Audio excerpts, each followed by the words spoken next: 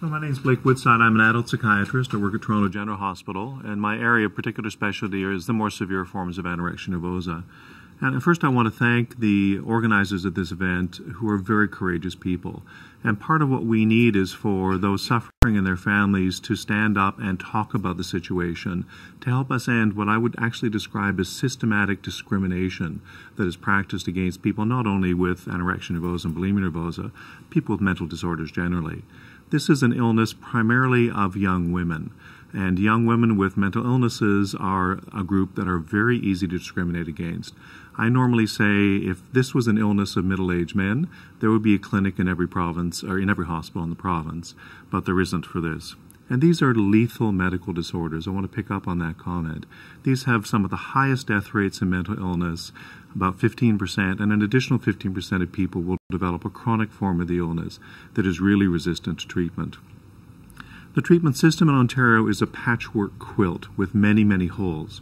There are obvious holes like a dearth of services in the north, a dearth of services in the Niagara Peninsula, services just coming online in southwestern Ontario, through to in Toronto, where you would expect things to be the most resourced, no access to outpatient services at all. All we have is the intensive services.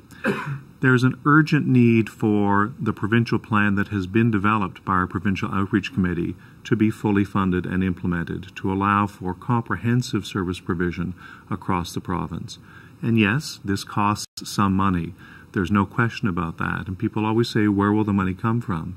As Dr. Pinn has mentioned, one of the ways in which we can save money is by stopping sending people to the United States for treatment. This costs millions of dollars a year. It happens because of a lack of access to treatment in Ontario. We have people who are ready to provide the services here. If we can liberate this money, we can treat people closer to home, which will have a much better result. So this is an important day. This is an awareness raising day.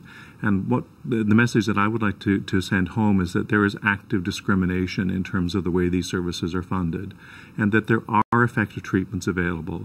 For severe anorexia nervosa, the effective treatment usually is hospitalization. There isn't outpatient treatment that is particularly effective, and it has to be done by experts. You wouldn't expect a heart transplant to be done in a general surgery unit. You need specialized care, you need special teams of people.